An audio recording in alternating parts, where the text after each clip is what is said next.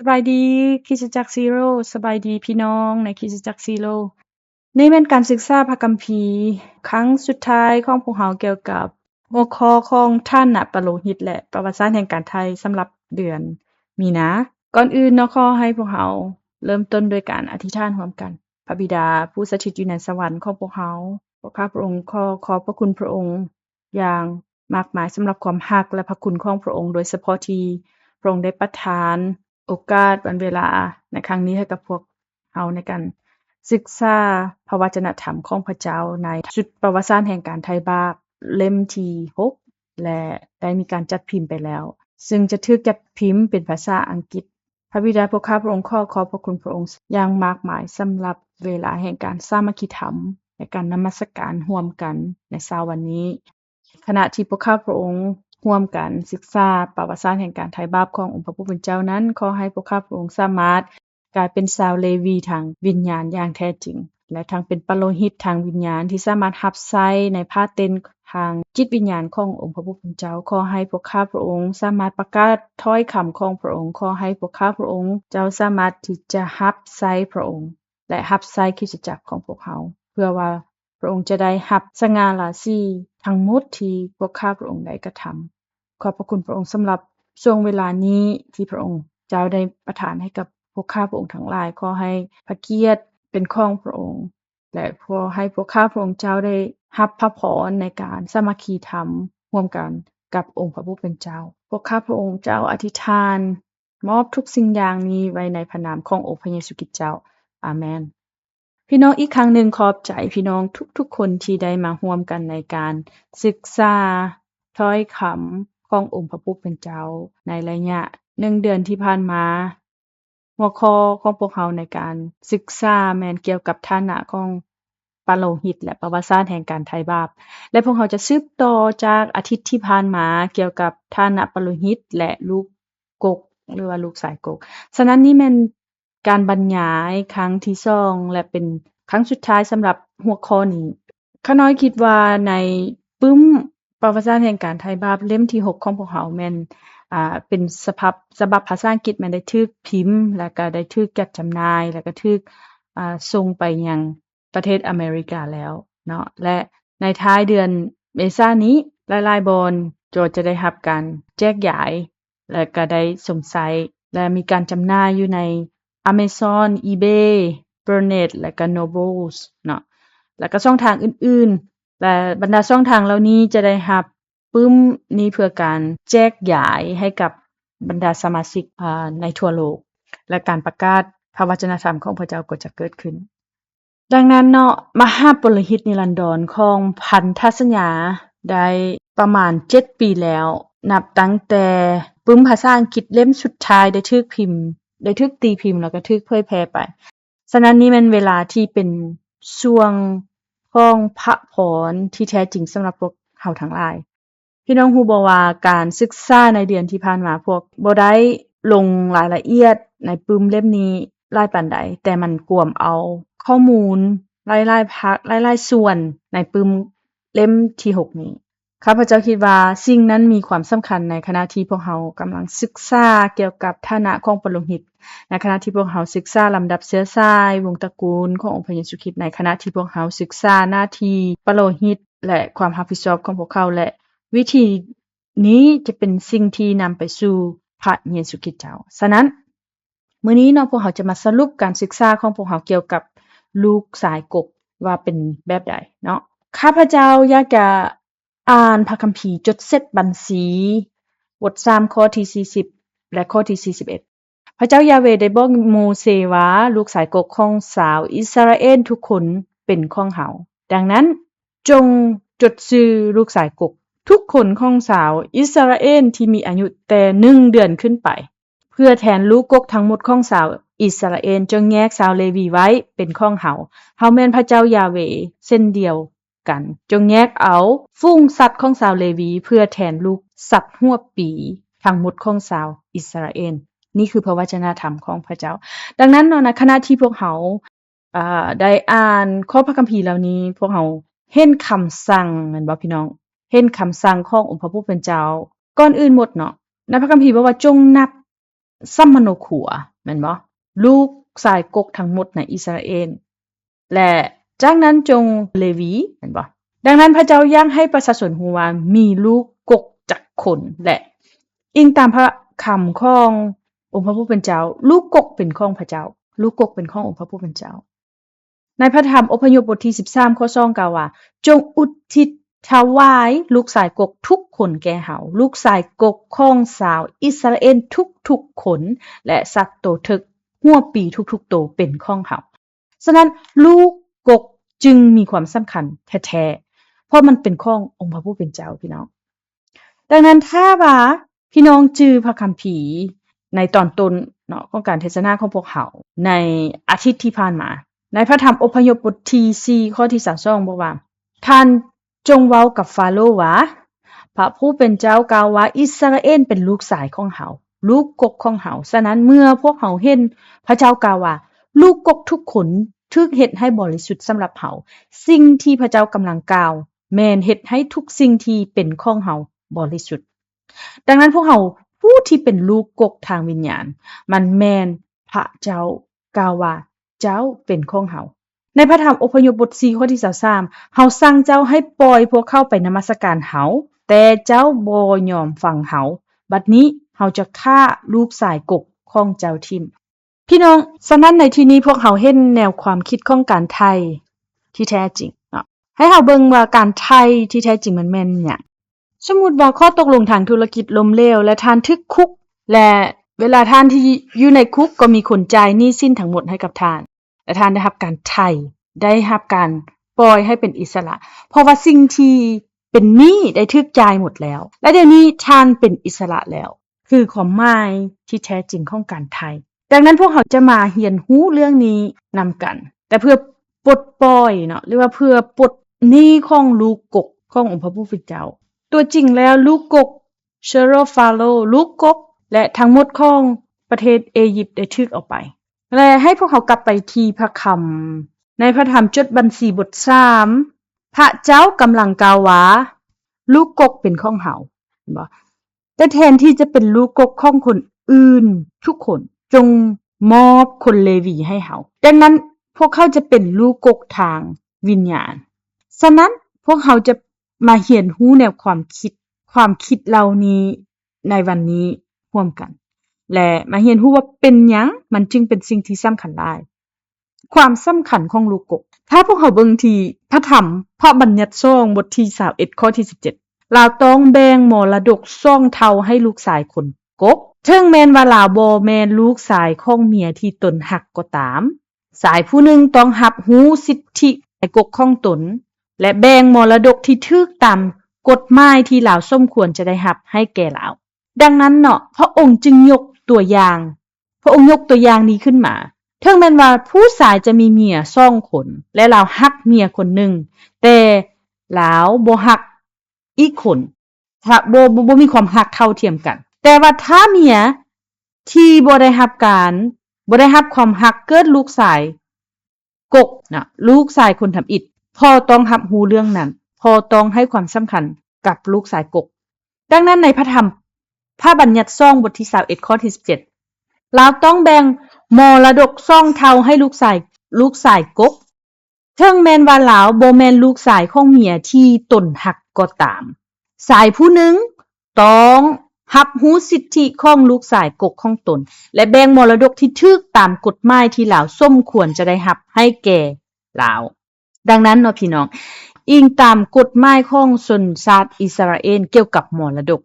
ลูกชายกกได้รับ2เท่าของลูกชายคนอื่นๆที่อยู่ร่วมกันในมรดกนั้นเนาะในทรัพย์สินนั้นดังนั้นตัวอย่างว่าถ้าพ่อมี$100และลาวมีลูกชาย2คนลูกชายคนทำอิฐต้องได้รับ2เท่า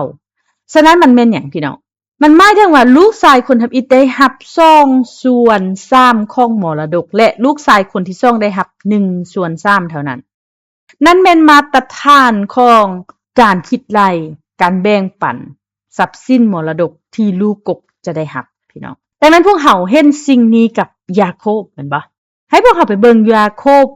คบมีเมียมีภรรยาที่ลาวฮักแม่นบ่นั่นก็คือราเซลและมี ภรรยาที่ลาวบ่ได้ฮักแท้ๆนั้นแม่นเลอาได้ให้กำเนิดลูกชายคนทำอิฐให้แก่ยาโคบนั่นก็คือรูเบนแต่เบิ่งสิ่งที่ยาโคบได้รับรู้ในพระธรรมปฐมกาลบทที่49ข้อ3บอกว่ารูเบนเป็นลูกกกของเฮาผู้ซึ่งเป็นกำลังเป็นพ้นแลกแหงเหือแหงของเฮาทั้งขยันและองค์อาจในบรรดาลูกของพ่อแหงเท่าเทียมดังกระแสน้ำแต่เจ้านั้นจะบ่แม่นบุรุษคนสำคัญแต่เพราะเจ้าลักนอนนำเมียน้อยของข้อยเจ้าจึงเฮ็ดให้ข้อยเสื่อมเสียเกียรติศักดิ์ศรีเฮ็ดให้เตียงข้อยมีลาขีเป็นมนทินไปตลอดดังนั้นนะพี่น้องอิงตามคำสารภาพนี้แม้แต่ยาโคบก็ฮู้รูเบนว่าลาวควรเป็นลูกกกที่ได้รับมรดกที่เป็นส่วนที่สำคัญเป็นส่วนที่ยิ่งใหญ่ที่สุดแต่ถึงอย่างใดก็ตามถ้าพวกเราฮู้เรื่องราวของรูเบนถ้าพวกเราอ่านเรื่องราวของรูเบนลาวได้ไปลักนอนกับบิลฮาเมียน้อยของพ่อก็คือเมียน้อยของยาโคบลาวได้ล่วงละเมิดลาวได้เฮ็ดผิดต่อการสมรบต่อกับเตียงนอนของพ่อลาวดังนั้นเราจึงสูญเสียสิทธิลูกหัวปีเนาะลูกหัวปีจึงตกไปเว้าโดยย่อเนาะพี่น้องในพันธสัญญาแห่งทวนไฟยูดาห์กลายเป็นลูกกกตามเชื้อสายโยเซฟกลายเป็นลูกกกตามพันธสัญญาแต่รูเบนสูญเสียตำแหน่งของลาวแต่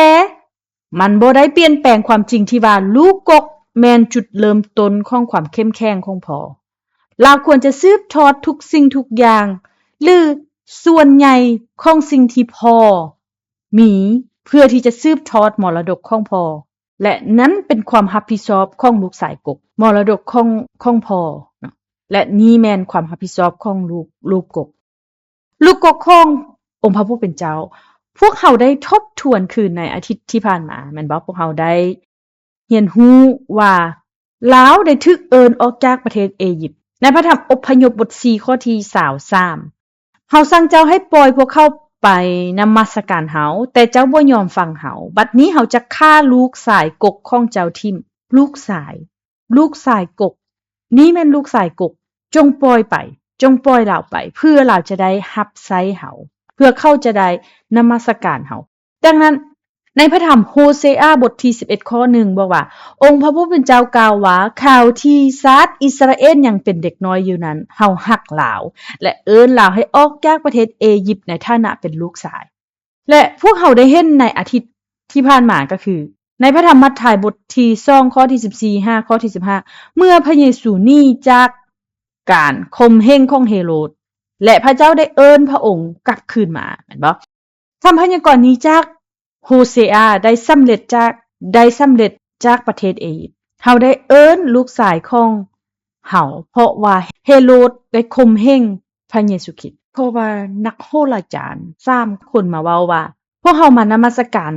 กษัตริย์และเฮโรดต้องการที่จะกำจัดภัยข่มขู่ที่อาจจะเกิดขึ้นในราชบัลลังก์ของเราดังนั้นเราจึงฆ่าเด็กน้อยทั้งหมดที่อายุ2 ปีลงมาโยเซฟได้พาพระเยซูและมารีไปประเทศอียิปต์แต่หลังจากเฮโรดเสียชีวิตพวกเขาก็ได้ถูกนำกลับคืนมาถูกเอิ้นกลับคืนมาฉะนั้นนี้เป็นการสำเร็จคำพยากรณ์ที่โฮเซอาได้กล่าวไว้และนี้แม่นลูกสายกกขององค์พระผู้เป็นเจ้าที่ถูกเอิ้นออกจากประเทศอียิปต์แต่เป็นหยังเราจึงถูกเอิ้นออกจากประเทศอียิปต์เพื่อให้ลูกชายสามารถรับใช้พระบิดาได้ฉะนั้นพวกเขาต้องพิจารณาคำว่ารับใช้นี้เนาะว่ามันมีความหมายแบบใดพี่น้องในพระธรรมอพยพบท4ข้อที่23เฮาสั่งเจ้าให้ปล่อยพวกเขาไปนมัสการเฮาและในภาษาเฮบเรนี่แม่นนี่ควรจะเป็นคำศัพท์ที่คุ้นเคยหลายพวกเฮาเคยเห็นคำศัพท์นี้แยกออกมาจากบ่อนใดพี่น้องในพระธรรมปฐมกาลบท2ข้อที่15แล้วพระเจ้ายาเวห์พระเจ้าก็เอาสายผู้ที่พระองค์ได้สร้างมานั้นไปเฝ้ารักษาและเบิ่งแย่งส่วนดังนั้นอยู่ในที่นี้เนาะเมื่อมนุษย์ก็คืออาดัมเนาะถูกเอาไปไว้ในส่วนเอเดนเพื่อรับใช้องค์พระผู้เป็นเจ้าในพระธรรมปฐมกาลบทที่2ข้อที่15กล่าวว่านี้แม้นเพื่อไปเฝ้า หักษาและเบิ่งแย่งส่วนฉะนั้นการกระทำการรับใช้นี่แม่นการกระทำของการนมัสการอาดัมเป็นแบบอย่างของปโลหิตในส่วนเอเดนแต่ดังทีพวกเขาได้เรียนรู้เนาะเราได้ล้มเหลวเราได้ตกในความผิดบาปแต่ว่าอาดัมในบทบาทนี้เราเป็นบุตรของพระเจ้าให้เฮาเบิ่งในพระธรรมอพยพบท4ข้อที่23บอกว่าเฮาสั่งเจ้าให้ปล่อยพวกเขาไปนมัสการเฮาถ้าพี่น้องเบิ่งในลูกาบท3ข้อที่38นี่แม่นเชื้อสายของพระเยซูแม่นบ่ฉะนั้นมันได้เริ่มจากองค์พระเยซูคริสต์ขึ้นไป5องค์พระผู้เป็นเจ้าหลังจากนั้นพวกเฮามีลูกสายของเอโนกแม่นบ่ลูกสายของเชธลูกสายของอาดัมและอาดัมถูกเอิ้นว่าหยังอาดัมถูกเอิ้นว่าลูกสายขององค์พระผู้เป็นเจ้าดังนั้นในพระธรรมอพยพบทที่4ข้อที่23กล่าวว่าจงปล่อยลูกชายเฮาไปเพื่อเราจะได้ออกจากโลกนี้รับใช้เฮาอาดัมเมื่อเราถูกเอาไปไว้ในสวนเอเดนพระเจ้าได้บัญชาให้เราอยู่เพื่อปลูกฝังเพื่อรับใช้ในสวนแม่นบ่เพื่อดูแลเบิ่งแย่งสวนอาดัมเป็นบุตรของพระเจ้าแต่พวกเฮาฮู้ว่าอาดัมได้ล้มลงในความผิดบาปในพระธรรม1โกรินโธบทที่15ข้อที่45บอกว่ามีคำเขียนไว้ในพระคัมภีร์ว่าพระเจ้าได้สร้างมนุษย์ผู้ทำอิฐคืออาดัมให้เป็นผู้ที่มีชีวิตแต่อาดัมคนสุดท้ายเป็นพระวิญญาณผู้ที่ประทานชีวิตพวกเฮาฮู้ว่านี้กำลังเว้าถึงเรื่องขององค์พระเยซูคริสต์แม่นบ่อาดัมคนสุดท้ายได้กลายเป็นวิญญาณที่ให้ชีวิตฉะนั้นสิ่งที่อาดัมคนทำอิฐบ่สามารถเฮ็ดสำเร็จได้ย้อนการตกลงในความผิดบาปพระคริสต์พระบุตรขององค์พระผู้เป็นเจ้าผู้ที่ถูกเอิ้นว่าอาตอมคนสุดท้ายที่พระองค์ได้เฮ็ดและนั้นแม่นเหตุผลที่พระองค์ได้รับการยอมรับว่าเป็นวิญญาณที่ให้ชีวิตมันบ่เพียงพอสำหรับพวกเขาที่จะเพียงแต่ได้รับชีวิตพี่น้องแต่ชีวิตก็ต้องได้รับเช่นกันและพวกเขาจะเฮ็ดได้แนวใดพวกเขาจะมันบ่เพียงพอสำหรับพวกเขาที่จะได้รับชีวิตเท่านั้นแต่พวกเขาจะเฮ็ดมันได้แนวใดเพื่อให้พวกเขาได้เห็นภาพรวมมันแม่นพระคำของพระเจ้าเขาจะได้รับชีวิตแม่นผ่านพระวจนะธรรมของพระเจ้าและเมื่อพวกเขารับใช้พวกเขาต้องรับใช้ตามพระวจนะธรรมของพระเจ้าและนี้แม่นบทบาทของพระบุตรของพระเจ้าพี่น้องดังนั้นพระคริสต์จึงเป็นพระบุตรของพระเจ้าแต่พวกเขายังเป็นลูกของพระเจ้าทางวิญญาณแม่นบ่ทางจิตวิญญาณเขาเป็นลูกขององค์พระผู้เป็นเจ้าผ่านทางจิตวิญญาณพวกเขาเป็นกลุ่มลูกกกขององค์พระผู้เป็นเจ้าฉะนั้นพวกเขาต้องรับใช้พระองค์พวกเขาต้องปลูกฝังเบิ่งแยงส่วนเอเดนทางจิตวิญญาณและพวกเขาต้องเรียนรู้เรื่องนี้ให้หลายขึ้นและนี่แม่นการรับใช้ในหอเต็นพี่น้องทางเป็นหอเต็นทางหอเต็นในประวัติศาสตร์เช่นเดียวกันกับหอเต็นทางจิตวิญญาณบทบาทของชาวเลวีแม่นเพื่อรับใช้ปโลหิตและบทบาทของปโลหิตแม่นเพื่อรับใช้ในหอเต็นเพื่ออ้อนวอนทูลข้อภาวนาทูลข้อเพื่อประชาชนขององค์พระผู้เป็นเจ้าพี่น้องในพระธรรมจดเสร็จบัญชีบท3ข้อ6จงนำเผ่าเลวีออกมาข้างหน้าและแต่งตั้งพวกเขาให้เป็นผู้รับใช้ปโลหิตอาโรนเป็นมหาปโลหิตแม่นบ่พี่น้องและในพระธรรมจดบัญชีบท3ข้อ7 5ข้อ8ทั้ง2ข้อนี้สรุปด้วยประโยคอันเดียวกันเพื่อเฮ็ดเวียกรับใช้ที่หอเต็นศักดิ์สิทธิ์ดังนั้นในพระธรรมอพยพบทที่25ข้อ8ข้อ9กล่าวว่าชาวอิสราเอลต้องสร้างหอเต็นศักดิ์สิทธิ์สำหรับเฮาเพื่อว่าเฮาจะอยู่ท่ามกลางพวกเขาจงเฮ็ดหอเต็นศักดิ์สิทธิ์และเครื่องประกอบนั้นตามแบบแผนที่เฮาจะสำแดงให้เจ้าเห็นดังนั้นเนาะเมื่อเพื่อเฮ็ดการรับใช้นี้เพื่อเฮ็ดอบอตมันหมายความว่าเจ้าต้องเป็นชาวเลวีทางวิญญาณเพื่อรับใช้ปโลหิตแล้วตอนนี้เนาะพี่น้องให้พวกเราไปเบิ่งในพระธรรมโยฮันบท1ข้อที่14พระธรรมได้ทรงบังเกิดเป็นมนุษย์และอาศัยอยู่ท่ามกลางเฮาทั้งหลายบัดนี้เนาะพี่น้องในภาษากรีกคำว่า dwell แม่น skenel มันหมายความว่า ตั้งผ้าเต็นมันหมายความว่าเป็นผ้าเต็นดังนั้นพระธรรมได้ทรงบังเกิดเป็นมนุษย์และอาศัยอยู่ท่ามกลางเฮาทั้งหลายนั้นคือการเว้าถึงองค์พระเยซูคริสต์พวกเขาได้เห็นพระลักษมีขององค์พระเยซูคริสต์พระลักษมีของพระบุตรองค์เดียวที่มาจากพระบิดาที่เต็มไปด้วยพระคุณและความจริงแม่นบ่พี่น้องดังนั้นในพระเยซูคริสต์พระบุตรขององค์พระผู้เป็นเจ้าที่มาจากพระบิดาเจ้าพระองค์ได้อยู่ท่ามกลางพวกเขานั้นหมายความว่าพวกเขาต้องรับใช้พระองค์พวกเขาบ่เพียงแต่รับใช้พระองค์ในสภาพของผ้าเต็นทางวิญญาณเท่านั้นพวกเขารับใช้พระองค์ในสภาพการที่พระองค์ยังเป็นมหาปโลหิตเช่นเดียวกันกับที่ชาวเลวีรับใช้ในผ้าเต็นและชาวเลวีรับใช้ในฐานะปะโลหิตชาวเลวีก็เป็นปะโลหิตเช่นกันดังนั้นเชื้อสายของอาโรนจากเผ่าเลวีพวกเขาเป็นปะโลหิตและเป็นลูกกกในเชื้อสายของอาโรนพวกเขาเป็นมหาปะโลหิตดังนั้นในทุกวิธีทางพวกเขาเห็นว่าฐานะปะโลหิตนั้นมันสูงส่งฐานะปะโลหิตชาวเลวีลูกกกพวกเขาทั้งหมดนี้ชี้ให้เห็นพระเยซูคริสต์ว่าเป็นวิธีการไถ่บาปและความรอดของพวกเขาดังนั้นในพระธรรมโยฮันบทที่12ข้อที่26บอกว่าถ้าผู้ใดบวชระบัดรับใช้เฮาไผผู้นั้นติดตามเฮามาเฮาอยู่ที่ใดผู้บวชระบัดรับใช้เฮาก็จะอยู่ที่นั้นเหมือนกันฝ่ายพระบิดาเจ้าของเฮาจะให้เกียรติยศแก่ทุกคนที่บวชระบัดรับใช้เฮาพี่น้องเป็นหยังพวกเฮาจึงปฏิบัติตามคำสั่งขององค์พระผู้เป็นเจ้าโดยการปฏิบัติตามคำสั่งของพระเจ้าเพราะว่าพวกเฮาได้รับพระพรจากพระองค์แม่นบ่และมันบ่แม่นสถานะการที่พวกเฮาต้องเฮ็ดสิ่งนี้เพื่อที่จะรับพระพรพระเจ้าอยากจะอวยพรพวกเฮาอยู่แล้วและแท้จริงแล้วพวกเฮาได้รับพระพรแล้วฉะนั้นเพื่อที่จะมีการ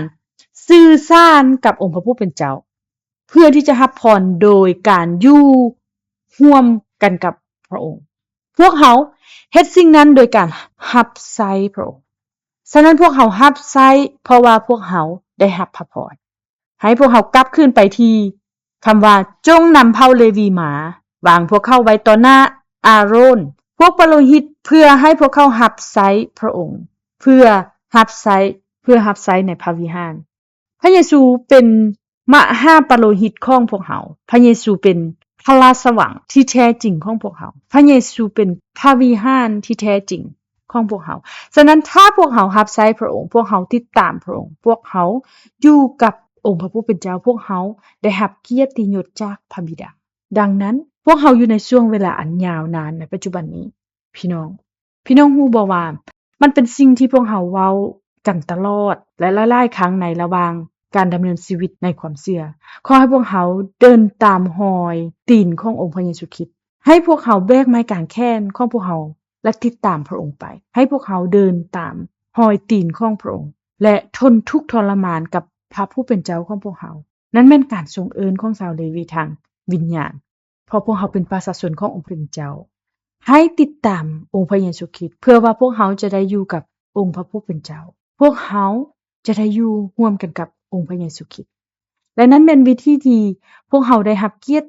ศักดิ์ศรีจากพระบิดาดังนั้นเขาจึงสรุปได้ว่าแม้นพระเยซูคริสต์เป็นมหาปโลหิตที่ยิ่งใหญ่ของพวกเขาในพระคัมภีร์เฮบเรบท8ข้อ1 5ข้อ2ให้พวกเขาอ่านเรื่องนี้ร่วมกันพระคัมภีร์ทรงกล่าวว่าเรื่องที่เฮากำลังเว้าอยู่นี้มีข้อสำคัญคือพวกเฮามีพระมหาปโลหิตอย่างนี้คือพระมหาปโลหิตผู้ประทับอยู่เบื้องขวาพระที่นั่งของผู้ทรงฤทธิ์เดชานุภาพในสวรรค์พระองค์บัวระบัดรับใช้เป็นมหาปโลหิตอยู่ในสถานที่ศักดิ์สิทธิ์ที่สุดคืออยู่ในหอเต็นศักดิ์สิทธิ์อันแท้จริงซึ่งบ่แม่นมนุษย์เป็นผู้ตั้งขึ้นแต่แม่นองค์พระผู้เป็นเจ้าได้ทรงตั้งไว้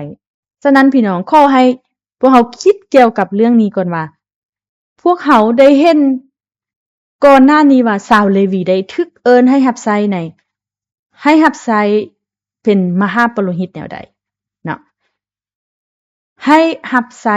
ชาวเลวีได้ถูกเอิ้นให้รับใช้มหาปโลหิตแนวใดชาวเลวีได้ถูกเอิ้นให้รับใช้ในผ้าเต็นแนวใดและชาว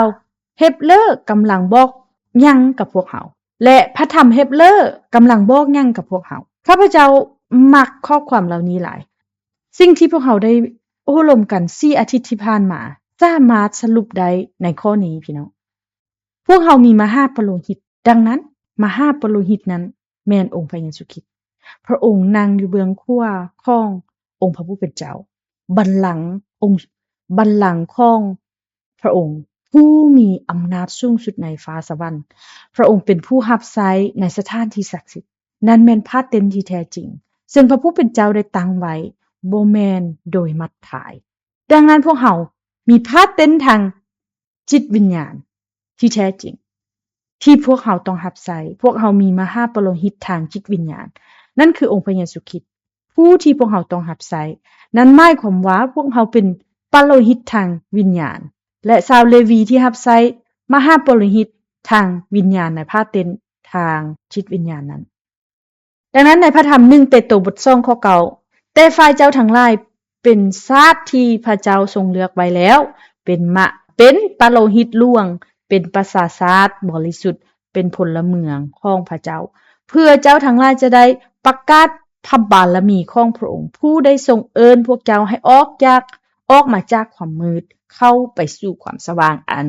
มหัศจรรย์ของพระองค์ดังนั้นพวกเขาเป็นหยังพวกเขาอยู่ในสถานะปโลหิตพวกเขาเป็นปโลหิตของกษัตริย์และในพระคัมภีร์ว่าพวกเขาเป็นกรรมสิทธิ์ของพระเจ้าเองพระเจ้าได้กล่าวหยังเมื่อพระองค์เอิ้นประชาชนของพระองค์ออกจากอิสราเอลเจ้าเป็นของเขาเห็นบ่พระเจ้าบอกฟาโรห์แนวใดพระเจ้าจะปลดปล่อยประชาชนของพระองค์แม่นบ่ปล่อยลูกชายของข้อยไปลูกชายกกของข้อยลาวเป็นของข้อยและลาวจะรับใช้ข้อยปล่อยลาวไปนั่นแม่นถ้อยคำขององค์พระผู้เป็นเจ้านั้นแม่นสิ่งที่เป็นความหักที่พระองค์มีให้กับพวกเราและนั้นแสดงให้พวกเราเห็นว่าพระองค์หักพวกเราหลายปานใดพี่น้องถ้าพวกเราเป็นลูกกกทางจิตวิญญาณมันเป็นสิ่งที่พวกเขาต้องเผชิญกับความมืดและความตายพระเจ้าผู้ที่เป็นความสว่างอันมหัศจรรย์พระองค์กล่าวว่าปล่อยลูกชายของเฮาไปลาวเป็นลูกกกของเฮาเจ้าบ่มีอำนาจเหนือลาวอีกต่อไปลาวเป็นของเฮาเราจะรับใช้เฮาและนั้นแม่นพระผู้เป็นเจ้าองค์เองที่เป็นผู้เอิ้นพวกเฮานั้นแม่นพระผู้เป็นเจ้าผู้ที่เอิ้นเฮาว่าเฮาเป็นบุตรของพระองค์เองเฮาเป็นลูกกกของพระองค์และเฮาก็ถึกเอิ้นและพวกเฮาเอิ้นพระองค์ว่าเป็นพระบิดาเห็นบ่เฮาเป็นผู้เอิ้นพระองค์ว่าเป็นพระบิดาฉะนั้นเพื่อพวกเฮาจะเป็นชาวเลวีเพื่อพวกเฮาที่จะเป็นปโลหิตมันแสดงให้เห็นว่าพระเจ้ารักพวกเฮาหลายปานใดพวกเฮาบ่ได้เฮ็ดหยังเพื่อจะได้สิ่งนั้นมาพวกเฮาบ่ได้เฮ็ดหยังเพื่อสมควรที่จะได้รับตำแหน่งนี้แต่ตามความเป็นจริงแล้วเกี่ยวกับการถูกสร้างขึ้นพระเจ้ากล่าวว่าเจ้าเป็นลูกกกของเฮาเจ้าเป็นของเฮาเจ้าจะรับใช้เฮาแต่ถ้าพวกเฮาพิจารณาเบิ่งที่อาดัมเนาะมนุษย์คนทำอิฐอาดัมและการทรงสร้างพระเจ้าได้สร้างจักรวาลทั้งหมดและพระองค์ได้มอบหมายให้อาดัมรับผิดชอบแม่นบ่เพราะว่าอาดัมเป็นลูกชายของพระองค์อาดัมเป็นผู้ที่มีพระลักษณะคือกันกับองค์พระผู้เป็นเจ้าและอาดัมก็มีความรับผิดชอบต่อการทรงสร้างของพระเจ้าและพระเจ้าได้มอบหมายให้อาดัมอยู่บ่อนนั้นอยู่สวนเอเดนเพราะความรักอันยิ่งใหญ่ของพระเจ้าที่มีต่ออาดัมและนั้นแม่นตำแหน่งของปโลหิตในฐานะปโลหิตและนั้นแม่นสิ่งที่พวกเราในฐานะเป็นคนเลวีทางจิตวิญญาณชุมชนของลูกกกทางจิตวิญญาณได้ถูกเอิ้นให้เฮ็ดในองค์พระเยซูคริสต์ดังนั้นเนาะพี่น้องคนเลวีและลูกกกมี3คนในข้อที่45เนาะเอาคนเลวีแทนลูกกกทั้งหมดในบรรดาลูกชายของอิสราเอลและสัตว์เลี้ยงของชาวเลวีและคนเลวีจะเป็นของเฮาคือพระผู้เป็นเจ้าพี่น้องเห็นบ่ก่อนหน้านี้เนาะเฮาได้เห็นว่าลูกกกมันบ่สำคัญว่าเจ้าเป็นคนเลวีมันบ่สำคัญว่าเจ้าเป็น ยูดาห์ถ้าเจ้ามาจากเบนจามินถ้าเจ้ามาจากเชื้อสายของเบนจามินถ้าเจ้ามาจากซิเมโอนบ่ว่ามันจะเป็นเผ่าได้ก็ตามถ้าเจ้าเป็นลูกกกเจ้าเป็นของพระเจ้าแบบเดียวกันกับสัตว์งัวตัวทำอิฐเป็นของพระเจ้าสัตว์หัวปีทั้งหมดเป็นของพระเจ้าดังนั้นพี่น้องสามารถจินตนาการได้บ่ว่ายกตัวอย่างเนาะถ้าทุกคนอยู่ในเกาหลีทุกๆครอบครัวลูกชายกกของพวกเขาต้องถูกส่งไปกองทัพแม่นบ่ต้องถูกส่งไปเป็นทหารและหน้าที่ของพวกเขาเจ้าแม่นอยู่ในกองทัพนั้นแม่นภารกิจอันยิ่งใหญ่สำหรับลูกชายกกทุกคนแต่พระเจ้ากล่าวว่าแทนที่จะเป็นลูกกกทั้งหมดในบรรดาลูกชายของอิสราเอลพวกเขาได้แต่งตั้งแล้วว่าลูกกกเป็นของพระเจ้าพระเจ้าได้ออกแบบมาแบบนั้นแล้วว่าลูกชายกกเป็นของพระเจ้าแต่แทนที่จะเป็นลูกกกบ่ว่าเขาจะอยู่ไสบ่ว่าเขาจะมาจากเผ่าใดและบ่ว่าจะเป็นสัตว์หัวปีตัวใดก็ตามประเภทใดก็ตามให้เอาคนเลวีแทนนั่นคือการออกแบบของพระเจ้าพระเจ้าใช้คนเลวีแทนลูกชายกกหรือว่าสัตว์หัวปีทุกประเภทดังนั้นพวกเขาเห็นระดับการไทยอีกระดับหนึ่งเกิดขึ้นอยู่ในจุดนี้คนเลวีได้รับการไทยเพื่อพระเจ้าเพื่อรับใช้เป็นกลุ่มลูกกกขององค์พระผู้เป็นเจ้าในนามของประชาชนอิสราเอลทั้งหมดในนามลูกกกของชนเผ่าอื่นๆหรือว่าตัวสัตว์อื่นๆมีหน้าที่เกียรติศักดิ์ศรีสิ่งดังกล่าวนั้นตกอยู่กับชาวเลวีและนั้นเป็นเหตุผลที่ว่าสำหรับพวกเขาในฐานะเป็นคนเลวีทางจิตวิญญาณพวกเขาได้รับพระพรอันมากมายล่วงหลายและพวกเขาบ่เพียงแต่เป็นชาวเลวีเท่านั้นพวกเขายังเป็นปะโลหิตของกษัตริย์พวกเขารับใช้มหาปะโลหิตที่แท้จริงข้าพเจ้าอยากจะสรุปด้วยคำเว้าของศาสนาจารย์อับราฮัมพาร์คผู้เขียนพระธรรมมหาปะโลหิตนิรันดรของคำสาบานแห่งพันธสัญญาและในหน้าที่125เพิ่นเขียนไว้ว่าดังนั้นเผ่าเลวีจึงกลายเป็นกลุ่มลูกกกเพื่อทดแทนลูกชายกกของอิสราเอลและนี้แม่นจุดสำคัญเว้าอีกอย่างหนึ่งพวกเขาได้อุทิศตนอย่างเต็มที่ต่อเวียกงานแห่งการไทยอิสราเอลทั้งหมดลองคิดเบิ่งว่าเผ่าทั้งหมดนี้ได้อุทิศตนอย่างเต็มที่เพื่อไทยประชาชนขององค์พระผู้เป็นเจ้าทั้งหมดสิ่งนี้ได้ถูกศึกษาแบบลงลึกอยู่ในปึ้มมหาปะโลหิตนิรันดรของคำสาบานแห่งพันธสัญญาในเล่มที่6และนี้แม่นพื้นฐานของฐานะปะโลหิตตำแหน่งปะโลหิตนี้แม่นพื้นฐานของตำแหน่งปะโลหิตดังนั้นเผ่าเลวีจึงมีความอัศจรรย์หลายในตัวของมันเองเป็นเผ่าที่มีความสำคัญและอัศจรรย์ในตัวของตัวเองและในบรรดาเผ่าเลวีลูกหลานของอาโรนแม่นปะโลหิตและในบรรดาปะโลหิตลูกกกแม่นมหาปะโลหิตดังนั้นการจัดเรียงประวัติศาสตร์แห่งการไถ่บาปขององค์พระผู้เป็นเจ้านี้มันเป็นสิ่งที่ลึกลับและน่าย้านกลัวหลายและบทสรุปสุดท้ายเนาะก็คือพระคริสต์เป็นความจริงสำหรับพวกเราและแน่นอนว่าพระองค์เป็นมหาปะโลหิตที่แท้จริงและพวกเขาเป็นขององค์พระผู้เป็นเจ้าพวกเขาเป็นของพระเจ้าในพระธรรมโกโลสายบท1ข้อที่18ครึ่งล่างบอกว่าเว้าถึงพระคริสต์พระองค์เป็นผู้ทำอิฐที่ถูกทรงบันดาลให้คืนมาจากตายเพื่อพระองค์จะทรงเป็นเอกในสรรพสิ่งทั้งปวงฉะนั้นพี่น้องการเว้าว่าพระองค์เป็นเอกในสรรพทุกสิ่งทั้งปวงมันหมายความว่าพระองค์ได้กลับมาจากความตายแล้วนี้เป็นสิ่งที่น่าอัศจรรย์ใจหลายในพระธรรม1โกรินโธบทที่15ข้อที่20และหลังจากนั้นเนาะก็แม่นข้อที่23ให้พวกเราไปอ่านนำกันในข้อที่20ก่อนแต่ที่จริงพระคริสต์ได้ทรงถูกบันดาลให้คืนพระชนแล้วและทรงเป็นพ้นแรกให้พวก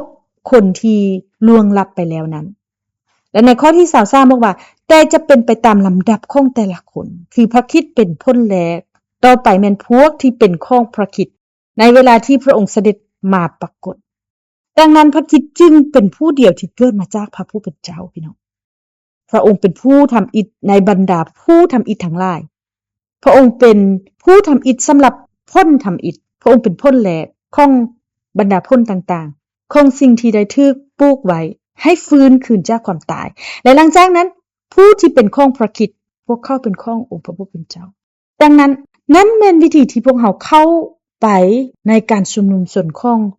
บรรดาเหล่าลูกกกทั้งหลายและหน้าที่ของการชุมนุมส่วนลูกกกนี้ก็เพื่อไทยประชาชนขององค์พระผู้เป็นเจ้าดังนั้นพวกเขาต้องเฮ็ดทุกสิ่งทุกอย่างในความสามารถของพวกเขาเพื่อที่จะประกาศพระคำขององค์พระผู้เป็นเจ้าเนาะในพระคำขององค์พระผู้เป็นเจ้าเป็นชีวิตเป็นฤทธิ์เดชฉันเฮาต้องเฮ็ดทุกสิ่งทุกอย่างในอำนาจในฤทธิ์เดชเหล่านั้นเพื่อที่จะประกาศพระคำของพระเจ้าให้แก่คนทั้งปวงและในพระคำของพระองค์นั้นแม่นความลึกลับที่เกี่ยวกันกับองค์พระเยซูคริสต์ดังนั้นการรับใช้ในโบสถ์ของพวกเขา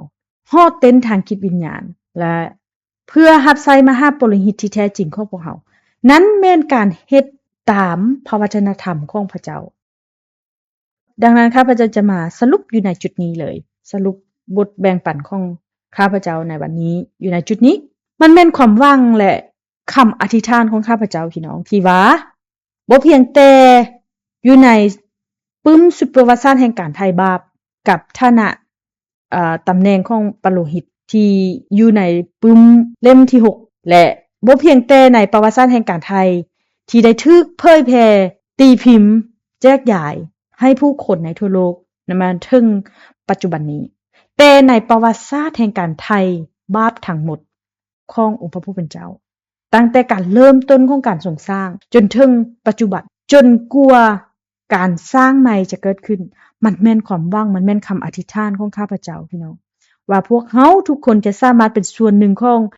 การชุมนุมสนของบุตรหัวปีหรือว่าลูกกกนั้นพวกเฮาทุกคนสามารถเป็นชาวเลวีทางวิญญาณที่สามารถเป็นปโลหิตทางวิญญาณได้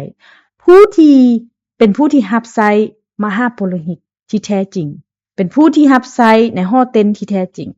เพื่อว่าพวกเฮาจะได้นมัสการองค์พระผู้เป็นเจ้าของพวกเฮาเพื่อว่าพวกเฮาจะรับใช้พระองค์และโดยการเฮ็ดสิ่งนั้นโดยการเฮ็ดแบบนั้นพวกเฮาทุกคนสามารถจะมีส่วนร่วมในการไถ่